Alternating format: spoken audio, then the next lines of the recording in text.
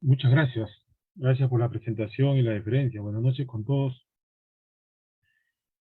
En esta ocasión voy a tocar un tema muy importante, que es las objeciones en juicio oral. Pero antes quiero eh, establecer que las objeciones, la herramienta de las objeciones, no solamente se utiliza en el juicio oral, ojo, sino la herramienta de las objeciones también se utiliza desde la investigación preparatoria. Correcto, investigación preparatoria. Le pongo un ejemplo. La defensa, nosotros que hacemos, por ejemplo, en la estación policial o en fiscalía, correcto, cuando se programan estas diligencias de declaración de testigos, ¿no? Podemos nosotros, ante una pregunta del efectivo policial o instructor policial, o ante una pregunta prohibida del fiscal, ¿puede el abogado defensor plantear una objeción? Por supuesto que sí. No hay otra manera. No hay otra manera, por ejemplo, de poder cuestionar esa pregunta prohibida. Imaginemos de un caso, por ejemplo, de violencia contra la mujer y el entorno familiar, que una pregunta, el instructor policial le diga a, a un testigo, por ejemplo, o a nuestro cliente, ¿no?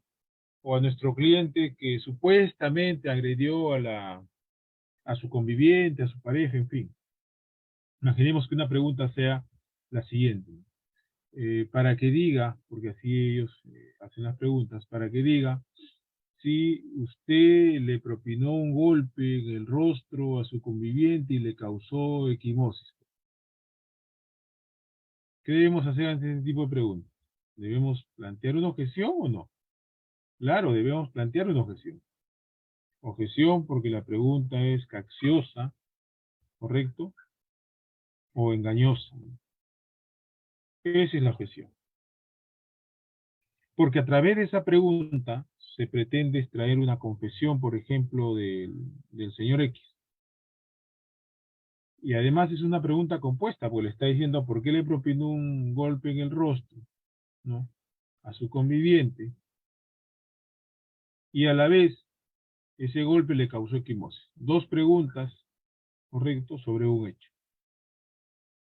Se plantea principalmente la objeción por pregunta capciosa. Entonces, si es una estación policial, ante un instructor policial, quien debe resolver la objeción es el fiscal, en su condición de garante de la legalidad. Correcto. Si es una objeción en despacho fiscal, cuando el fiscal interroga, a él se le plantea la objeción. Él mismo tiene que resolver la objeción, correcto, en su condición de garante de la legalidad. Del mismo modo, cuando le toque a la defensa, por ejemplo, a plantear una pregunta a un testigo, si la pregunta es sugestiva, el fiscal puede objetar a la defensa también, por supuesto que sí. Ahora, si lo trasladamos esta herramienta a juicio, en juicio es muy usual plantear la objeción, pero ojo, no es, digamos, la regla que tanto el abogado como el fiscal estemos objetando. Porque cuando uno plantea una objeción genera un incidente, pero ¿qué es lo que sucede? Sucede que corta, interrumpe el interrogatorio, correcto, o contrainterrogatorio, y genera pues que el fiscal o el abogado que está objetando, ¿no?, se corte la dilación de las preguntas. Ahora, no digo que no se debe objetar, sino dos puntos importantes. Se plantea una objeción cuando a través de esa pregunta que consideramos prohibida, correcto, se va a extraer una información que va a dañar la teoría del caso.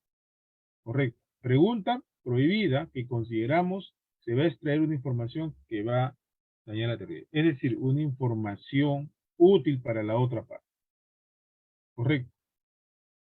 Pero si es una pregunta, digamos, por más prohibida que sea, una pregunta tal vez compuesta o sugestiva o especulativa, que no va a dañar mi teoría del caso, una pregunta impertinente que no va a dañar mi teoría del caso, entonces, ¿se va a interrumpir o no? Yo les diría que no, o sea, no plantearía una objeción. Correcto. Ese es por un lado, ¿no? Por el otro lado, hay que plantear una objeción cuando esa pregunta, ¿no?, es prohibida y extraigo una información que va a dañar la teoría del caso. Sí, por supuesto que sí. Ahí sí hay que plantear la objeción. Correcto. Pero ¿ante quién se plantea la objeción? Se plantea la objeción ante el juez. Ante el juez nosotros planteamos la objeción. ¿Quién resuelve? Fíjese, tiene un efecto triangular. Imaginemos aquí al fiscal, correcto, y al otro lado opuesto a la defensa. Imagínense ustedes el efecto triangular, quien está al frente es el juez. Entonces, al juez, tanto el fiscal como el abogado se dirigen al juez. Quien resuelve es el juez. Pero antes de resolver el juez, correcto, la objeción, el juez tiene que saber, por eso que es importante también que los jueces se capaciten en litigación oral, no solamente los abogados, tiene que saber que el abogado o el fiscal que plantea la objeción tiene que fundamentar, primero, identificar el tipo de objeción. Correcto. Número dos, fundamentar la objeción. Primero, identifica el tipo de objeción. ¿Qué tipo de objeción es? Porque puede ser una objeción sin fundamento. Y la finalidad de esa objeción sin fundamento es solamente interrumpir el interrogatorio. Entonces, se le exige quien va a objetar identifique el tipo de objeción. Objeción, pregunta sugestiva. Es sugestiva porque se sugiere la respuesta, señor juez. Se le está diciendo el automóvil color rojo al que subió. Correcto, le está brindando el color del automóvil. Lo que hace el juez, atiende la objeción y controla, identifica el tipo de objeción, fundamenta, corre traslado a la otra parte. Correcto. Entonces, le da la oportunidad a la otra parte. Correcto. De que absuelva la objeción. Entonces, tiene ese efecto triangular. Ahora,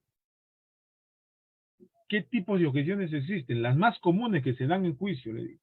Porque hay muchísimas objeciones, pero hay objeciones que no se suelen dar en el juicio.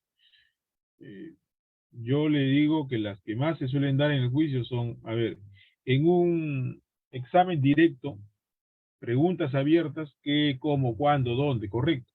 Es decir, quien ofrece su testigo va a realizar preguntas abiertas. Entonces, no puede realizar preguntas sugestivas. Entonces, imaginemos si fiscal ofrece su testigo, tiene que preguntar qué pasó, qué sucedió, cómo sucedió, cuándo, y luego de ahí dónde fueron, qué hicieron, cómo, por qué, preguntas abiertas. Incluso puede el fiscal utilizar preguntas de transición, ¿no? Eso usted seguramente el que va a darle la ponencia sobre interrogatorio abierto le va a decir eso, interrogatorio directo, perdón. Preguntas de transición. Luego hablemos de este tema, ahora pasemos a este tema, correcto. Entonces, está prohibido las preguntas sugestivas, preguntas que sugieren la respuesta. Otro tipo de preguntas prohibidas que se da también en un interrogatorio abierto, un interrogatorio directo, perdón, es las preguntas especulativas. Se especula, correcto. Entonces, el tipo de pregunta es especulativa y genera que la respuesta también sea una respuesta especulativa. Entonces, hay que frenar eso, hay que parar eso con la objeción. Objeción, pregunta especulativa. Otro tipo de objeción que se da, otro tipo de pregunta prohibida que se da es la pregunta capciosa, que acabo de darles un ejemplo, o pregunta engañosa o tramposa, como se conoce. Mucho cuidado con ese tipo de preguntas, muchísimo cuidado. Obviamente eso no, digo mucho cuidado porque puede extraer lo que los norteamericanos conocen como una confesión, correcto, una confesión involuntaria por un tipo de pregunta engañosa. Entonces, hay que objetar, objeción, pregunta engañosa. Otro tipo de objeción, otro tipo de pregunta prohibida que se da, que genera una objeción, es pregunta de opinión técnica. Correcto. Imaginemos a un testigo que no es enfermero ni médico, se le pregunta sobre la equimosis. Y en la vida real sucede eso. Se le dice al testigo, testigo, y dígame, ¿y usted observó la equimosis que le propinaron a la señora tal en el rostro? Objeción, pregunta opinión técnica. El testigo no es médico ni tampoco enfermero. Quien debe responder esa pregunta es un médico, un experto, un especialista. Entonces hay que objetar ese tipo de pregunta de opinión técnica, ¿no? Otro tipo de pregunta prohibida que se da, que genera también la objeción, es pregunta impertinente, ¿no? Es una pregunta que en realidad mm, no tiene utilidad, o sea, una pregunta que está fuera de lugar, ¿no? Luego otro tipo de objeción que se da también muy usual, bueno, eh, pregunta, a ver, sugestiva, especulativa, impertinente, opinión técnica, correcto, capciosa, ¿no? Son las preguntas prohibidas más usuales que generan objeciones. Es lo que se da. Muy usual, es lo que yo advierto en los juicios que participo usualmente. Pero hay un tipo de objeción, ojo, que es, o sea, a ver,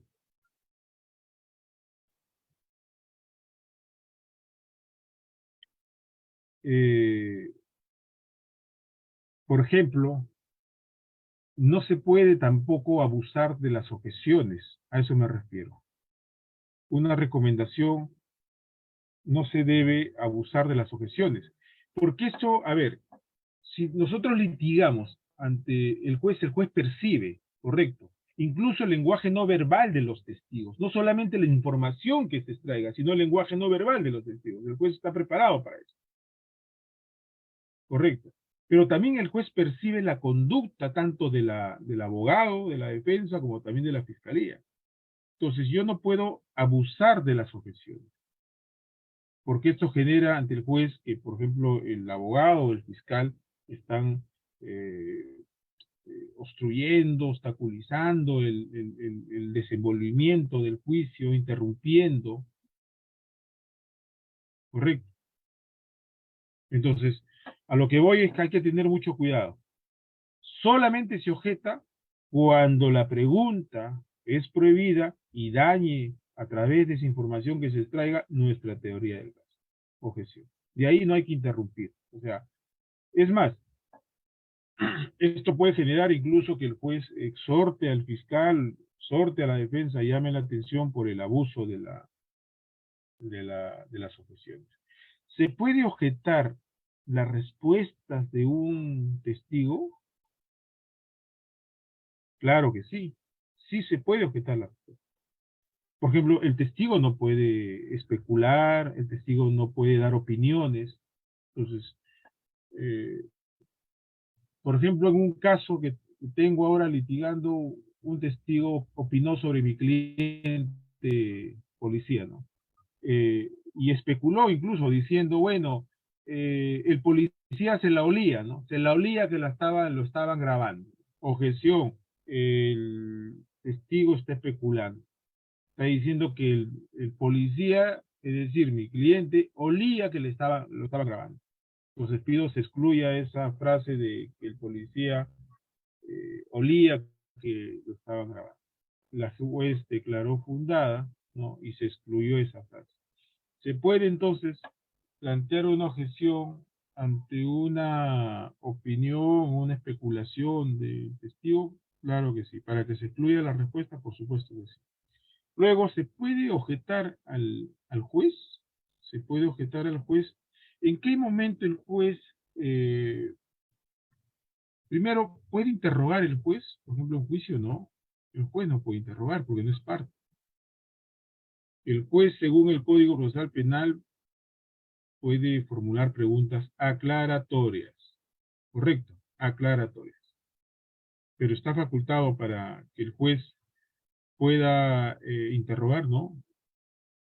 No puede interrogar. Entonces, respetuosamente, señor juez, objeción, señor juez, el código establece, indica que las preguntas deben ser aclaratorias, pero usted acaba de hacer una pregunta abierta o una pregunta sugestiva, correcto, y eso lo tienen que hacer las partes. Entonces se plantea objeción. Aún se moleste el señor juez, pero no es parte, pues no puede interrogar. Pero también hay que evaluar, no se trata de objetar todas las preguntas al juez, porque si por ahí hace una pregunta que no daña la teoría del caso, no hay necesidad de objetar. Pero, por ejemplo, hace poco en un juicio, hace días nomás, en un juicio me sucedió algo así. Les comparto, porque de la experiencia uno aprende, no todo está en el código, lamentablemente no está en el código o no está en los libros, en la doctrina. Muchos, muchos incidentes suceden en los juicios y hay que tratar de resolverlos, ¿no? Fíjese, en la práctica, ¿qué sucede? Lo siguiente.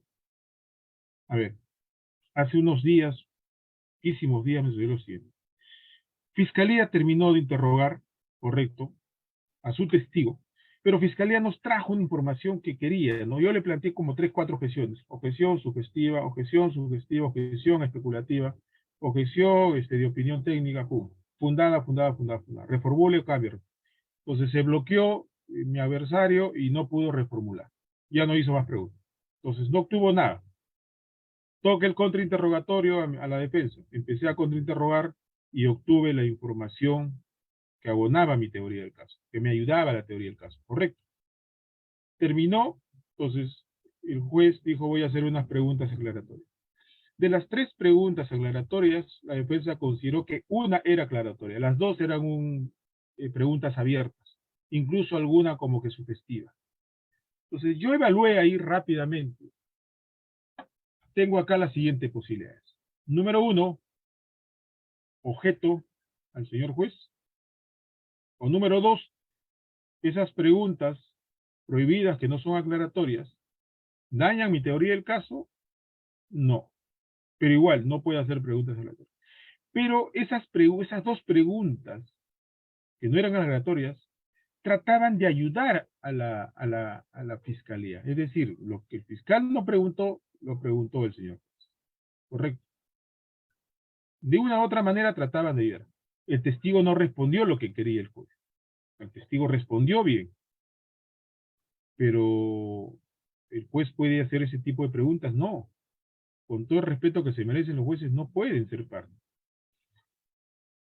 Entonces, yo evalué eso rápidamente y dije, a ver, bien, no voy a objetar porque estas preguntas no me generan mayor daño a la teoría del caso.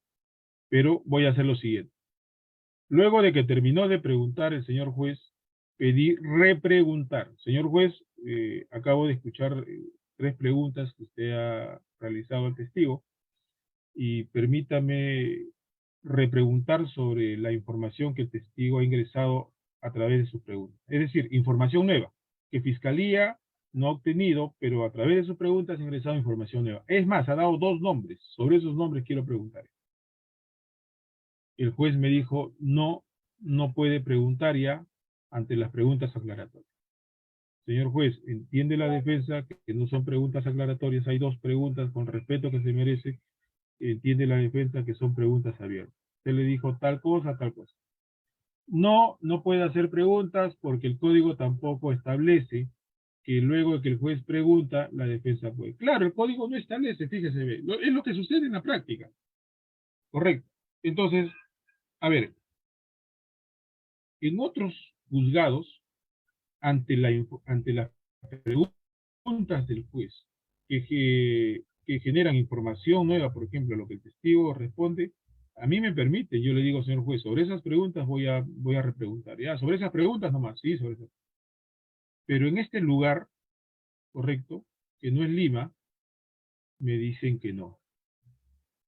¿Y por qué yo quiero hacer esa pregunta?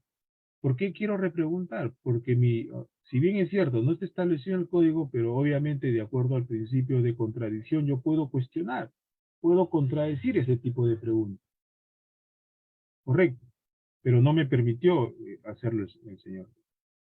Entonces, Como va a venir más audiencia, este juicio recién empezado, ya en los otros testigos, cuando yo evalúe si bajo pretexto de preguntas aclaratorias se formulan preguntas abiertas o preguntas cerradas, yo voy a objetar.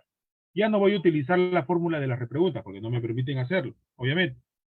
Correcto, tampoco voy a discutir, no es recomendable que el abogado o el fiscal se entrampe en una discusión con el señor juez, obviamente hay que respetarlos, el juez, se equivoquen o no, la investidura que tienen, pero ojo, con esto no digo que no podamos utilizar las objeciones, al contrario, yo ya sé que debo utilizar las objeciones.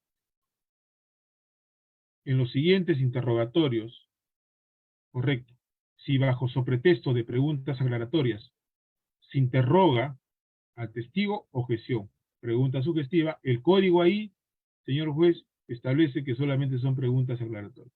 Pero esta pregunta es sugestiva, o esta pregunta es cerrada. Y esta pregunta la pueden hacer las partes nada más. Correcto. Eso sucede en la práctica, lamentablemente se generan estos incidentes. Ahora, ¿desde qué momento podemos objetar? ¿Solamente en juicio? No. ¿Se pueden objetar en los alegatos de apertura? Por supuesto que sí. También se objetan los alegatos. ¿En qué momento se objeta? Por ejemplo, imaginemos yo soy fiscal y digo, por ejemplo, señor juez, estos son mis alegatos de apertura, ¿no? La defensa en este juicio, ¿no? De acuerdo al informe policial, sí ha establecido que el señor José Quispe Mamani, ¿no? Sería el responsable de el delito de robo agravado. Objeción, señor juez. La fiscalía está estableciendo que por un informe policial mi cliente sería el responsable. Y eso no lo puede hacer, o sea, no puede establecer ya la responsabilidad. Recién empieza el juicio. Lo que tiene que hacer la fiscalía es prometer lo que va a probar con sus órganos de prueba en el juicio. No establecer ya la responsabilidad. Y eso sucede en la práctica, ¿correcto? Entonces se objeta esa afirmación que hace la fiscalía, ¿no? No puede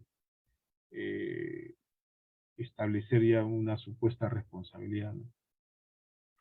Tampoco puede utilizar, por ejemplo, órganos de prueba que han sido rechazados, no han sido admitidos en etapa de control, ¿no? No puede utilizar esa información, esos órganos de prueba.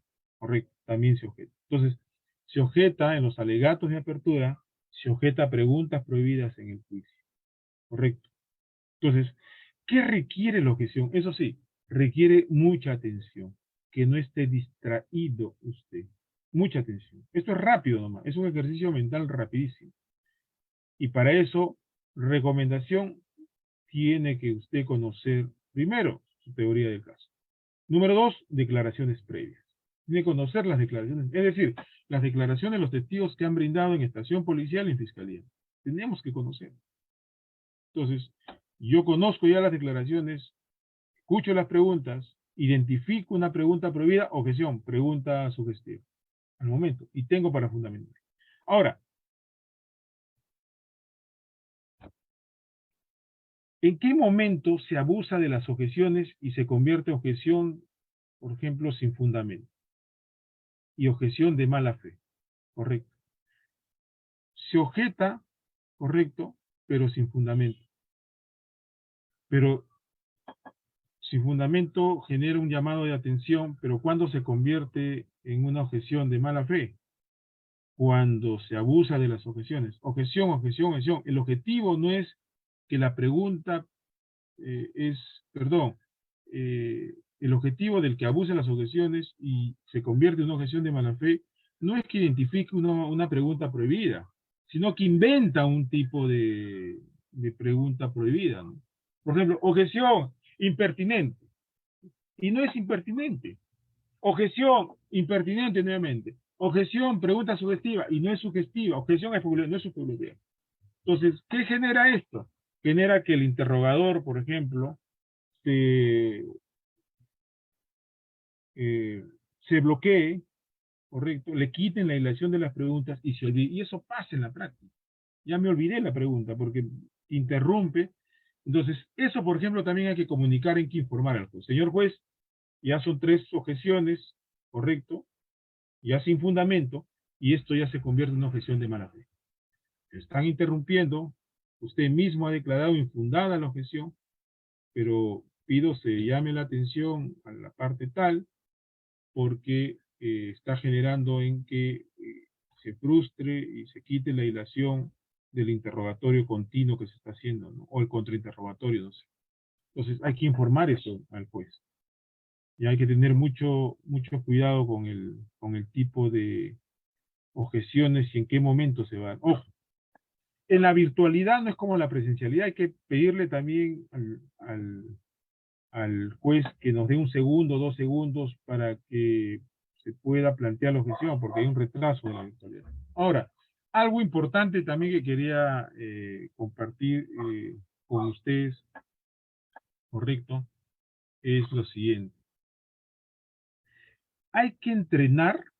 Si son mis testigos, tenemos que entrenar. Por ejemplo, a mis testigos. Fiscalía tiene sus testigos, entrena a sus testigos. ¿En qué tema de entrenamiento? En que el testigo, por ejemplo, ustedes saben, el testigo o el agraviado o el acusado no conoce el derecho, no conocen las objeciones, no conocen los tipos de objeciones, no conocen en qué momento no deben responder, por ejemplo, cuando se presenta una objeción. Entonces nosotros hay que explicarles, tenemos la obligación, tanto Fiscalía como la defensa, de explicarles, hay que explicarles en qué consiste la objeción, cuál es la distribución del juicio, dónde va a estar el señor juez, dónde va a estar el señor fiscal, cuál es la función del fiscal, qué tipos de preguntas le va a hacer el fiscal, correcto. ¿Qué tipo de preguntas le va a hacer la defensa, por ejemplo, cuando es testigo del fiscal? Entonces hay que explicarles en qué consiste la objeción, en qué momento ese testigo, por ejemplo, si es mi testigo, no debe responder. Cuando usted escuche un tipo de objeción, por ejemplo, ante un interrogatorio fiscal, no responde. Porque si responde ya es extemporánea la objeción. Entonces hay que preguntarles, hay que explicarles eso, perdón. Eso, por ejemplo, es una falencia que se ve mucho en la práctica, no se entrena. Y es un llamado de atención de los jueces cuando dicen, a ver, señor fiscal o señor abogado, ¿usted ha preparado a su testigo? No, señor juez, me faltó tiempo, no he preparado. Ah, con razón, pues. A mí me pasó un caso donde, por ejemplo, el fiscal pidió porque yo soy defensa, obviamente, el fiscal pidió al juez tratarlo como testigo hostil a su testigo. Señor juez, pidió permiso para tratarlo como testigo hostil a mi testigo. Nos sorprendimos nosotros, los abogados, tratarlo como testigo hostil a su testigo. Obviamente el juez no aceptó eso. ¿Cómo lo puede tratar? A ver, señor fiscal, ¿usted ha preparado su testigo antes de... No, que no, lo llamé, pero no contestó, que esto, que lo... ¿Por qué? Porque el testigo ante las preguntas del fiscal decía, no recuerdo, no recuerdo, no recuerdo, no recuerdo, no recuerdo. A todo decía, no recuerdo. Entonces se convirtió en testigo hostil, pero era su testigo. Ni siquiera con la defensa, pero obviamente en el contra también se convirtió en hostil ya, pero preparado, entrenado, obviamente, se entendió así, ¿no? El testigo no quería responder las preguntas, pero igual no se escapa de confrontarlo con sus declaraciones previas, en fin. Pero eso generó en que el juez le pregunte eso, ¿lo ha preparado su testigo? No, señor juez. Entonces, ¿sabe qué? Voy a reprogramar la sesión de juicio. Por favor, eh, prepare su testigo. Y eso es importante. No solamente la defensa debe preparar al testigo, sino a la otra parte también. Eso es muy importante. Porque recuerden, el testigo o el agraviado o el acusado no son, y no tienen por qué también saber sobre objeciones, sobre derechos, pero si van a declarar tienen que estar preparados. Así es que es muy importante conocer primero las objeciones. Es muy importante dominar las objeciones. Recomendación número 1. A ver, primero, conocer en qué consiste la solución. Número 2, saber a quién vamos a objetar. Es decir, no a la parte, al señor juez, es el que va a resolver la objeción. Correcto. Ante una pregunta prohibida de la otra parte. Número 3. Explicar al testigo en qué consisten las objeciones, en qué momento el testigo va a guardar silencio ante una objeción, no responder, porque va a hacer preguntas extemporáneas, o objeción por extemporánea. Entonces, hay que explicarle, correcto. Número 4, saber en qué momento objetar. Ojo, ya lo dije y no lo voy a volver a explicar. No todas las preguntas se objetan. Saber en qué momento objetar. Y esto genera mucha atención, recomendación, atención, rapidez en el momento de objetar, identificar el tipo de objeción, fundamentar la objeción. Correcto, entonces mucha atención. No hay que tener ningún distractor. Número 5, solamente se objetan las preguntas prohibidas, también los alegatos. También los alegatos de apertura y las preguntas de objeción. Número 6, se puede objetar al señor juez si formula preguntas prohibidas. Por supuesto que sí. También se puede objetar al señor juez. Y las objeciones en general, la base legal de las objeciones, de acuerdo al principio de contradicción, tenemos que contradecir, cuestionar preguntas prohibidas. Porque si no lo hacemos, ojo, muy aparte que incurrimos en una defensa ineficaz para los abogados, correcto, defensa ineficaz.